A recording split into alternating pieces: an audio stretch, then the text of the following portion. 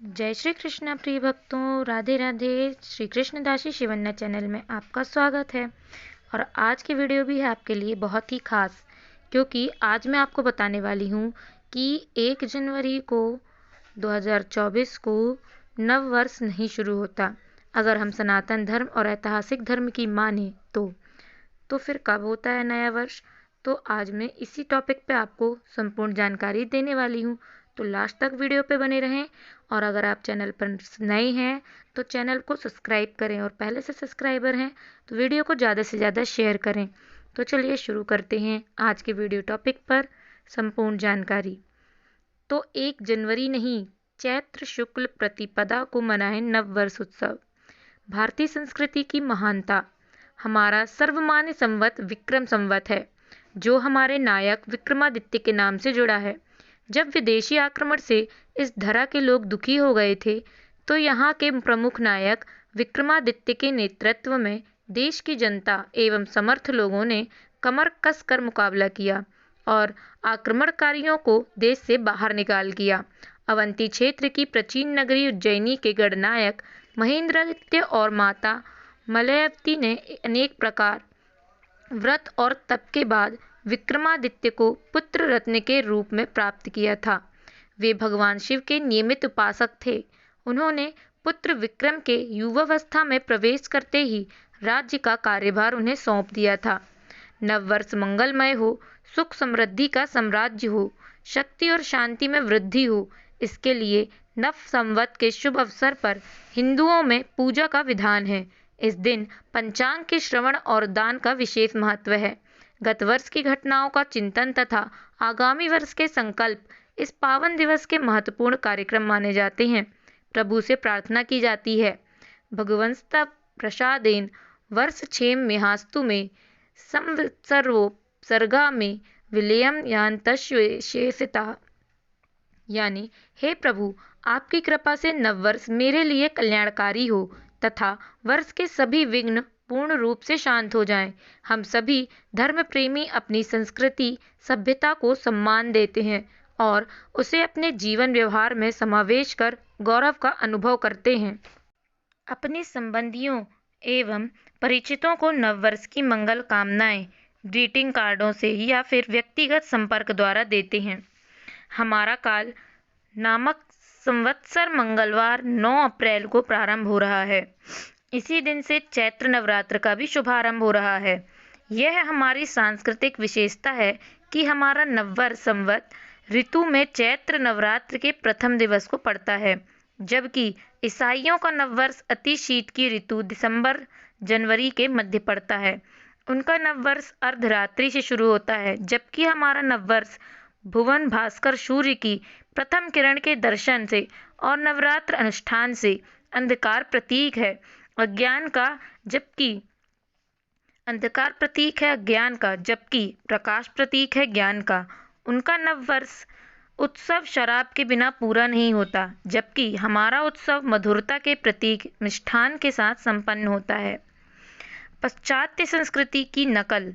जब हम अंग्रेजों के गुलाम थे, तब तथाकथित जेंटलमैन अंग्रेजी प्रथा परंपराओं की नकल करने में अपनी शान समझते थे। आंख बंद कर उनकी नकल करते रहे। भारतीय चिंतन को बिल्कुल महत्व नहीं दिए। हमें स्वतंत्र हुए 76 वर्ष से अधिक हो गए हैं। यदि आज भी हमें भारतीयता के गौरव का ज्ञान नहीं हुआ तो इसे मानसिक पिछड़ापन ही कहा जाएगा। विचारशीलता और बुद्धिमत्ता अब इसी बात में है कि सड़ी गली परंपराओं को विवेक के कसौटी पर कसें और यथाशीघ्र उनसे छुटकारा पाएं। कब तक लकीर के फकीर बने रहेंगे? आज स्वतंत्र भारत के अधिकांश लोग देखा देखी नूतन मंगल वर्ष के आने से हफ्तों पहले बड़े बड़े होटलों में कमरे बुक कराकर वहां परिवार सहित जाते हैं, खूब पैसे बर्बाद करते हैं और वह सब कुछ करते हैं जो भारतीय संस्कृति से बिल्कुल मेल नहीं खाता। इस प्रकार की अंधी भेड़ चाल विवेकशीलता की कसौटी पर बिल्कुल ही खरी नहीं उतरती। वसंती विशेषता। वसंत ऋतु में स्त्री पुरुष तो प्रसन्न होते ही हैं, यह ऋतु पशुओं, वृक्षों, पौधों और लताओं, पुष्पों, पल्लवों को भी मुस्कुराने तथा खिलखिलाने का विवश कर देती है। इस ऋतु में ही वसंत पंचमी पूज्य गुरुदेव का बोध दिवस, महाशिवरात्रि, रामकृष्ण परमहंस जयंती, होली, नवरात्र, रामनवमी, हनुमान जयंती जैसे महत्वपूर्ण पर्व त्योहार पड़ते हैं। इनमें से कुछ पर्व ईश्वरीय सत्ता का अनुग्रह प्राप्त करने की प्रेरणा देते हैं, तो होली जैसा पर्व हंसी खुशी, मेल मिलाप, गाना बजाना, मधुर मिष्ठान ग्रहण करने की प्रथा परंपरा से सरोबार का दिखाई देता है। यह संबंध समूची धरा को पुष्प लताओं से अलंकृत करता है, तो मानव चित्त की कोमल वृत्तियों को भी गुदगुदाता है। इस सर्वप्रिय सर्व सुंदर भारतीय नववर्ष काल नामक संवत्सर को शुभारंभ सोने में सुहागा की उक्ति को चरितार्थ करता है। हमारा यह नव संवत्सर मन को उल्लास और उमंग से भर देता है। हमारे भारतीय महीनों के नाम आकाशीय नक्षत्रों के उदय और अस्त से संबंध रखते हैं। उदाहरण के लिए चित्रा नक्षत्र से चैत्र, विशाखा नक्षत्र से वैशाख, ज्येष्ठा नक्षत्र से ज्येष्ठ। हमारी तिथियां भी सूर्य चंद्र की गति पर आधारित हैं। सप्ताह के 7 दिन रविवार से सूर्य से, सोमवार चंद्रमा से, मंगलवार मंगल ग्रह, बुधवार बुध ग्रह, गुरुवार गुरु से और शुक्रवार शुक्र से और शनिवार शनिदेव से अनुप्राणित है। इस प्रकार हम देखते हैं कि विक्रम संवत, मास, तिथियां, दिवस पूर्ण रूप से वैज्ञानिक आधार पर है।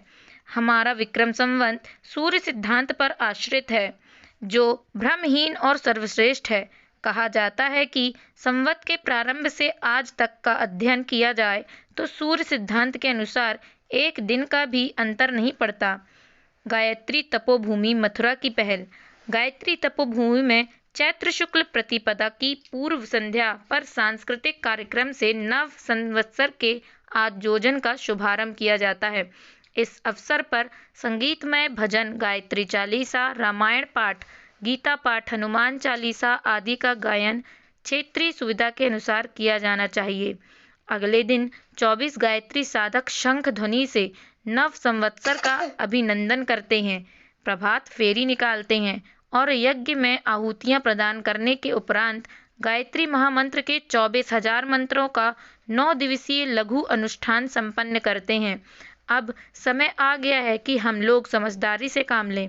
विदेशियों की अब वैज्ञानिक परंपराओं को तिलांजलि देकर अपनी पवित्र शुद्ध रूप से वैज्ञानिक परंपराओं पर चलकर स्वयं को गौरवान्वित होने का अवसर दें।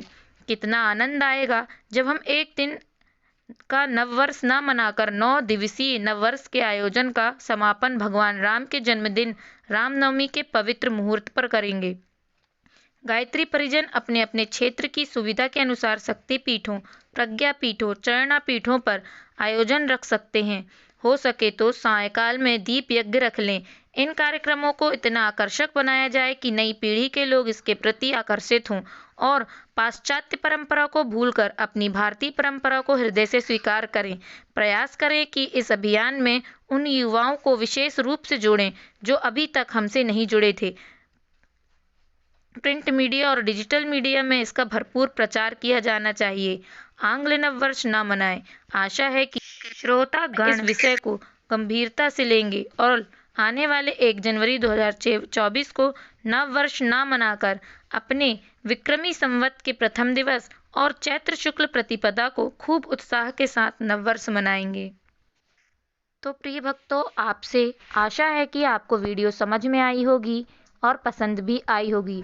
अगर आप सनातनी हैं और आप राम के भक्त हैं तो आपको नववर्ष चैत्र शुक्ल पक्ष की प्रतिपदा को ही मनाना चाहिए। आज के लिए बस इतना ही। जय श्री राम। अगर आपको वीडियो पसंद आई हो तो ज़्यादा से ज़्यादा शेयर करें और हमारे देश के नागरिकों को हमसे जोड़ें ताकि हम पौराणिक कथाओं और सनातन धर्म से लोगों को जोड़ सकें। और ज़्यादा से ज़्यादा वीडियो को शेयर करने के साथ साथ बेल आइकन को प्रेस करना ना भूलें।